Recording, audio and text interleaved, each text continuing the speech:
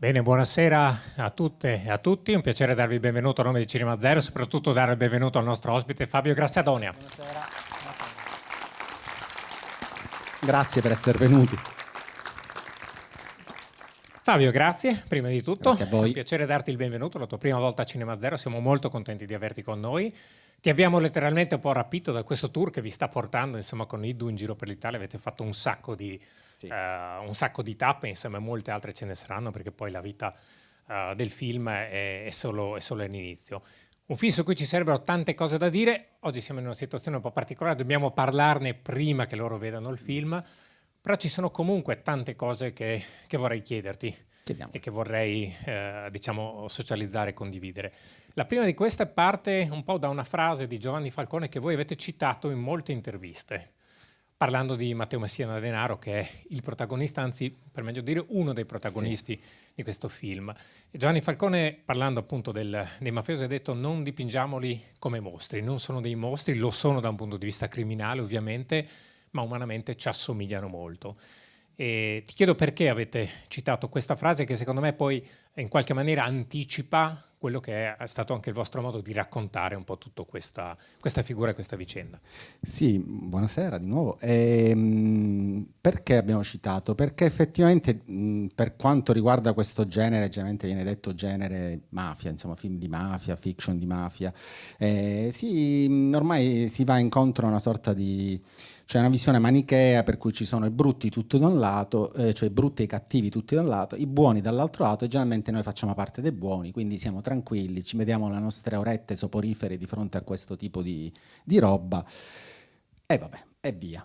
Invece quest'uomo ci ha dato la possibilità di un'esplorazione più complessa, perché vedrete si trattava di una persona molto diversa da quella che noi siamo abituati a conoscere, che sono state messe in scena, diciamo, legate al tipico immaginario dei corleonesi, per cui no?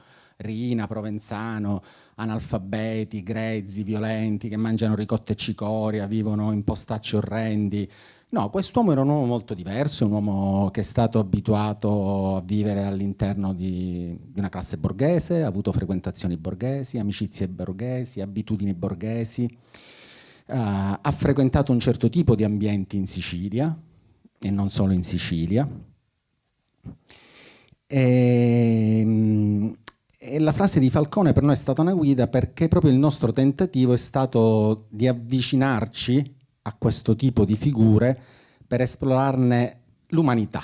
Sono esseri umani come noi, abbiamo all'interno tutti noi un certo tipo di potenzialità, poi è chiaro, quando nasce all'interno di determinati contesti familiari e sociali, puoi andare incontro a questo tipo di educazione sentimentale, di formazione e diventare l'essere umano che diventi.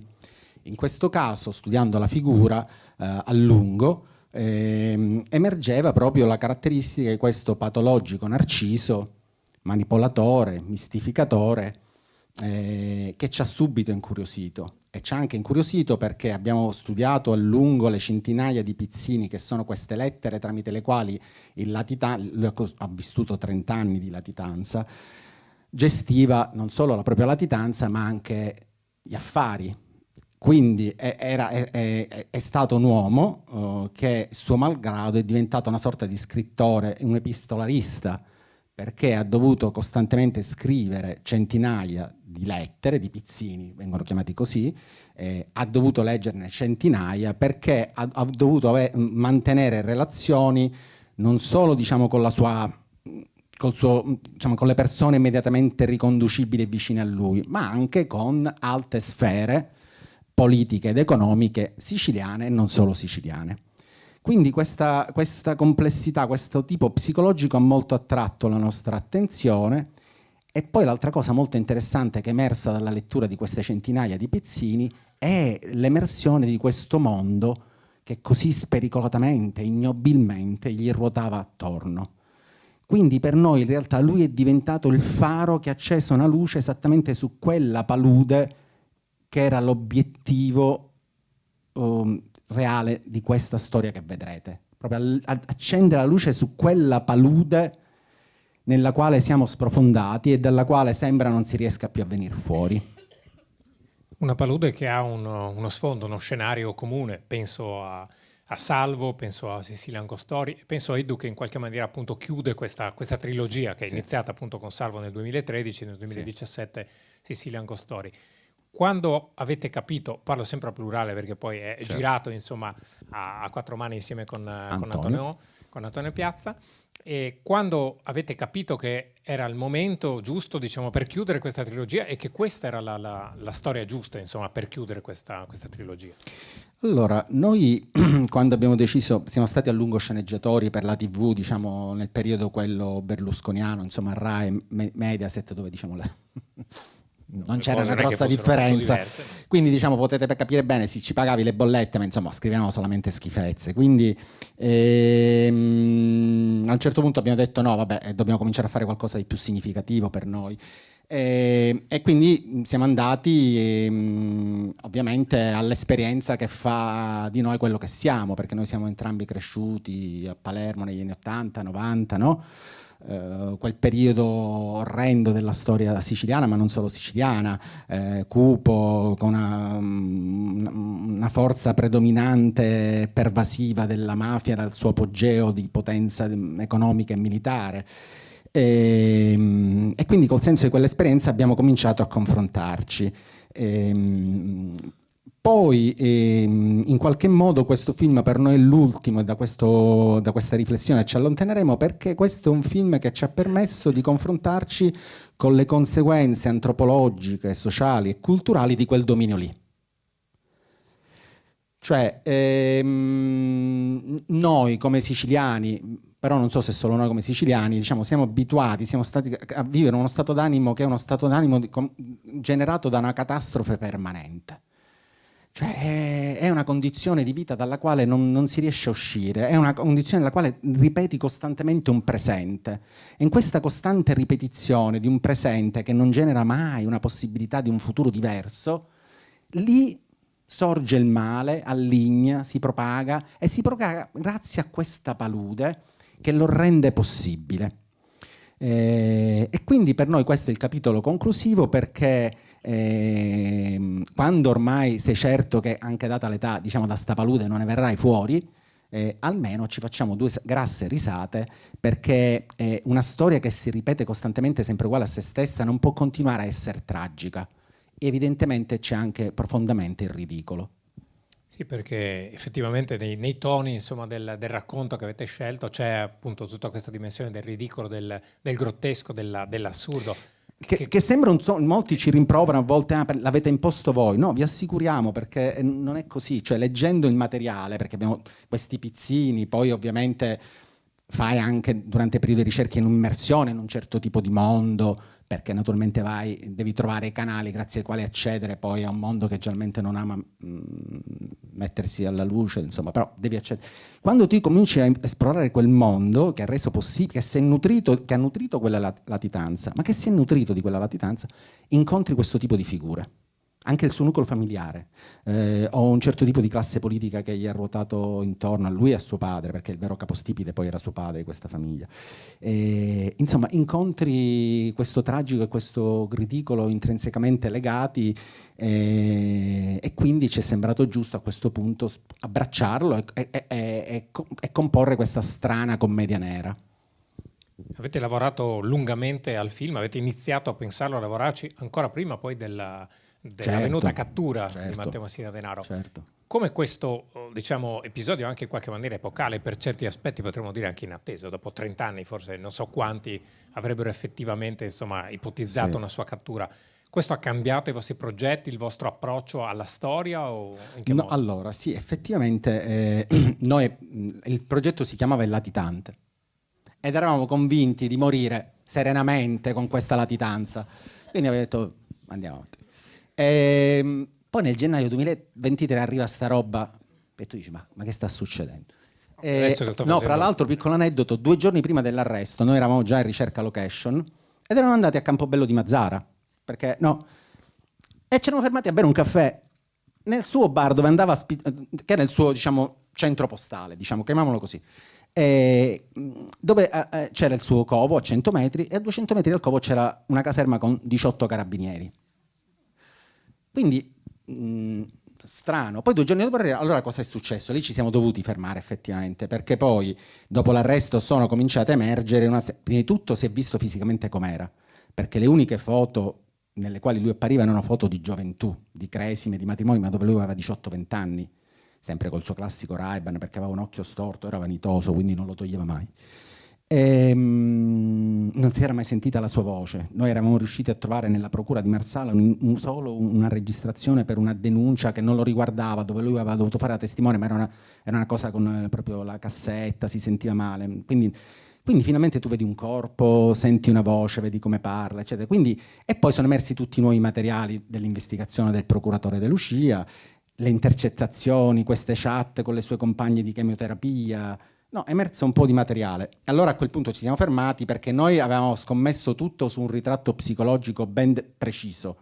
Quindi abbiamo dovuto verificare se era stata, cioè avevamo letto bene noi il materiale che avevamo studiato oppure avevamo preso un azzardo e adesso quello che emergeva era completamente diverso. In quel caso ci saremmo dovuti fermare, ricominciare da zero oppure mollare il progetto. Invece per fortuna nostra come narratori, dico, confermava il ritratto che noi ne abbiamo fatto. E quindi abbiamo ripreso poi la preproduzione.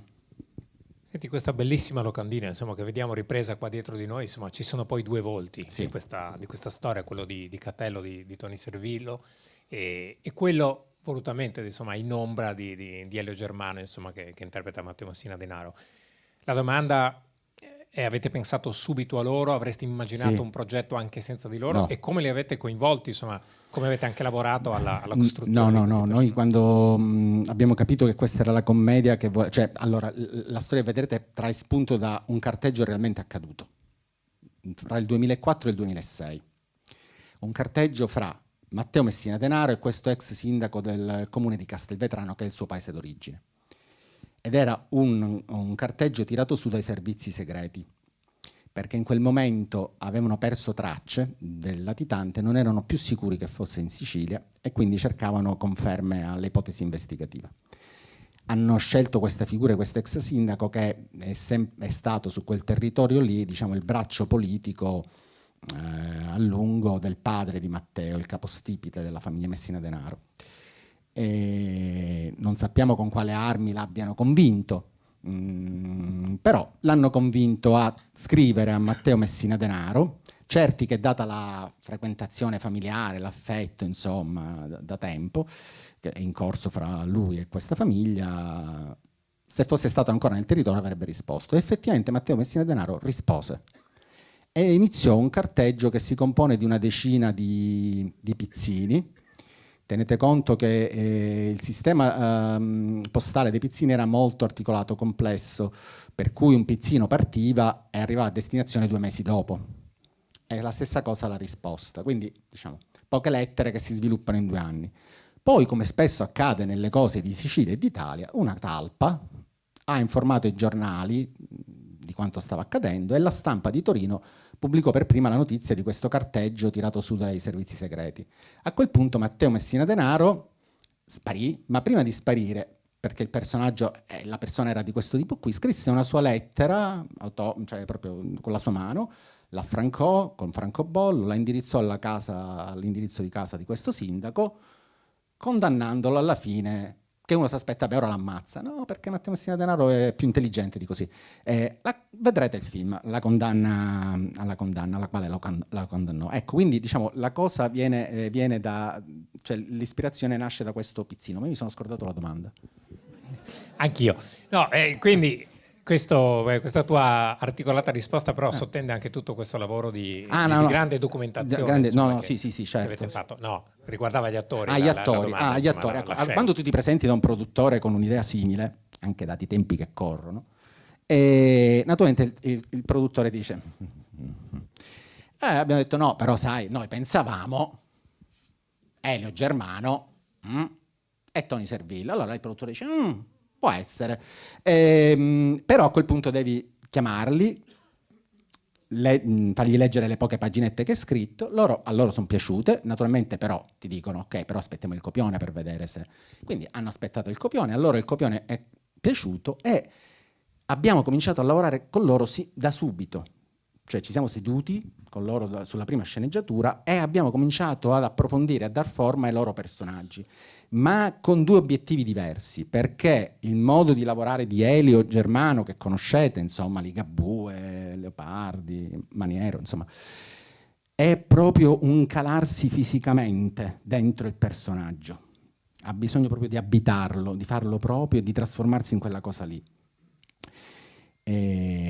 Tony Servillo invece per noi era la possibilità di giocare una maschera di Pulcinella italiano, di questi...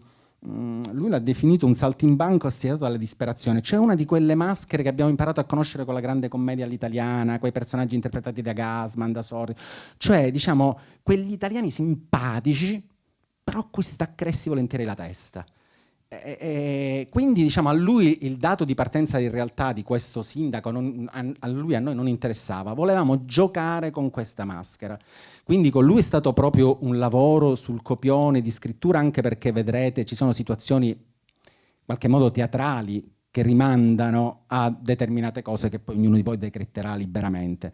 Mentre con Elio è diverso, lui legge la prima stesura, gli piace, poi ti dice sì, ma io adesso, quindi gli devi fornire documentazioni, poi sono arrivati gli audio, le cose eccetera, quindi lui è cominciato a calare in questo personaggio, poi a un certo punto lui ti dice bye bye, sparisce, e poi ti chiama da Castelvetrano, dove lui si è trasferito, è stato 3 mesi in incognito, dice venitemi a trovare, vedete, ditemi che ne pensate, quindi incontri Matteo Messina Denaro, perché non riesce a uscire più da quella cosa lì, quindi è stato strano. Quindi i due hanno proprio due approcci diversi al lavoro, però hanno lavorato con noi costantemente. Questo ci ha aiutato poi sul set, perché ecco, per esempio poi Tony Servillo rispetto al suo modo di lavorare è estremamente preciso nello stare dentro il testo che tu hai fornito lui, ed è un grande capocomico che mette tutti a proprio agio e trascina tutto il gruppo che in quel momento è in scena con lui. Elio, proprio perché tende a incarnare la psicologia, il personaggio in una sua totale tridimensionalità, è una persona che sul set ti obbliga a stare sempre molto attento, sveglio e reattivo a te come regista, ma anche a chi lavora attorno a lui, perché lui non ti ripete mai la stessa cosa. Lui è quel personaggio lì, la situazione deve riprodurre qualcosa, deve portarti, deve dire qualcosa, ma lui non te la dice mai nello stesso modo. Quindi anche per chi lavora intorno a lui, cioè non puoi metterti lì a ripetere distratto, perché quello ti aspetti, ti dice una cosa, non te la dice mai. E quindi diventa, però è stato straordinario, perché vedrete lavora a contatto molto con Barbara Babulova, l'intesa fra i due è stata naturale, perfetta, quindi anche con lui insomma siamo andati pochi ciak e portavi a casa quello di cui era la ricerca, perché proprio lui lo incarnava, anche se cambiava poi le parole, ma te ne fregavi, il senso e il suo modo d'essere era perfetto, preciso.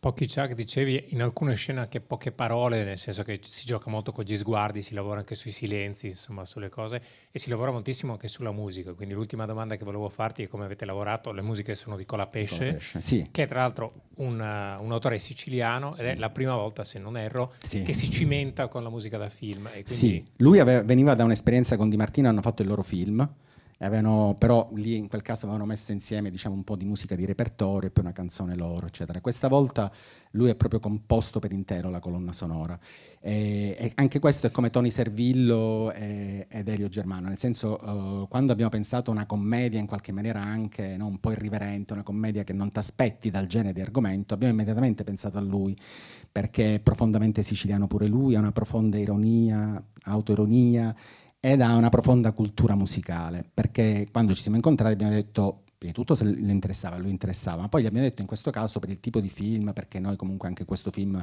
vedrete, c'è un po' di Petri, un po' di Germi, cioè, ma siamo rifatti un certo tipo di cinema italiano che ci piaceva, anche gli abbiamo detto però ci piacerebbe in questo caso lavorare a una colonna sonora che in qualche maniera con le grandi colonne sonore italiane degli anni 60 e 70 abbia a che fare, rimandi a un certo tipo di... che sia Bacalov, che sia qualcun altro, però ci piace, Rizzortolani, ci piace provare cioè una declinazione della colonna sonora in senso più tradizionale, che è una cosa che a lui l'ha divertito moltissimo. Quindi lui ha cominciato a lavorare con noi già dal copione, e già sul copione ha cominciato a proporci delle cose. Poi ovviamente quando poi cominci a vedere il primo montato, il secondo montato, le varie cose, ti rendi conto meglio della natura e della pasta del film. Quindi alcune idee le abbiamo messe da parte, ne ha sviluppate altre, facendo un lavoro complessivo che in qualche maniera affonda le radici su alcune musiche, alcune sonorità tradizionali siciliane, anche su alcune colonne sonore famose, ma anche poi più magari cose più eteree, alla John Hassel, insomma altri riferimenti. E poi questo ve lo racconto perché è stato molto è stato divertente, ma anche poi alla fine una svolta fondamentale. Eravamo in mix, quindi stavamo finendo di mettere insieme tutte cose, suono e immagini, e lui molto timido, perché sapeva che i nostri primi film erano senza commento sonoro, quindi all'inizio era molto timido, noi l'abbiamo dovuto incoraggiare, no, ma vai, non ti preoccupare, sei libero di fare tutto e tentare tutto quello che vuoi. Si è presentato in mix quando stiamo venendo in mix e dice: poi avrei scritto una canzone, l'ascoltiamo. Sì, se volete, sì, l'ascoltiamo, va bene. E quindi ci regala, ascoltiamo questa La malvagità, che anche da un punto di vista tematico, vedrete, chiude il film, era una sintesi perfetta del senso della storia di cui noi eravamo alla ricerca. Per cui abbiamo dovuto stoppare il lavoro, ritornare in montaggio, modificare il montaggio per renderla omogenea, farla entrare bene dentro la storia e chiudere bene la storia, e poi siamo tornati in mix e abbiamo chiuso quindi con la canzone che ascolterete nel finale.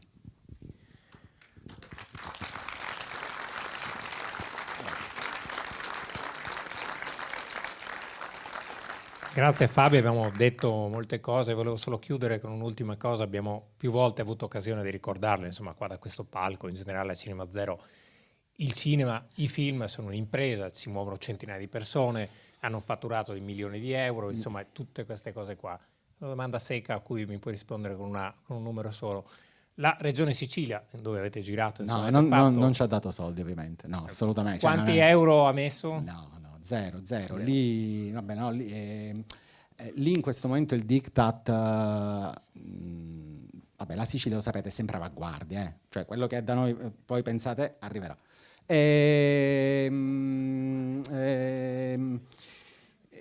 Diciamo adesso la Film Commission è votata al cineturismo, ok? Allora, se arriva White Lotus, qualcuno l'avrà visto. Fanno la seconda stagione in Sicilia, ovviamente è un'opportunità di economia eccezionale, perché infatti il turismo poi in Sicilia, Taormina è stata presa d'assalto, adesso è un posto invivibile perché costantemente ci sono americani. Cioè produzioni miliardarie eccetera eccetera, per cui questo tipo di messa in scena per cui tu c'hai due che parlano in una spiaggia, siamo noi due così, allora ti faccio il campo e dietro c'è la Taormina, mi fanno il controcampo e c'ho Cefalù, cioè è questa l'idea che loro hanno di cinema.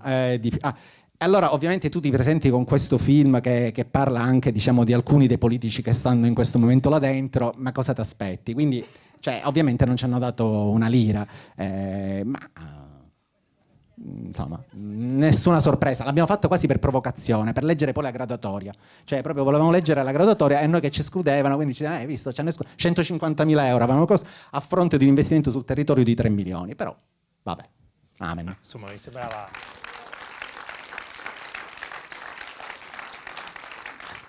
Adesso noi dobbiamo salutare Fabio, anche perché appunto vi dicevo che il tour prevede un sacco di tappe, adesso deve andare a Udine, ma non ti facciamo arrivare a Udine a mani vuote, ti lasciamo, come facciamo sempre con i nostri ospiti, grazie, la borsa di Cinema Zero, La vita è un film. Grazie mille, buona visione, grazie e anche la nostra friend card, la tessera di socio di Cinema Zero, insomma, per... Quindi torneremo da spettatori. Assolutamente, okay. Insomma, per così simboleggiare che sei parte della nostra famiglia. Grazie ovviamente mille. Ti aspettiamo, vi aspettiamo, tornate a trovarci. Grazie, buona visione. Grazie a tutti, buona visione.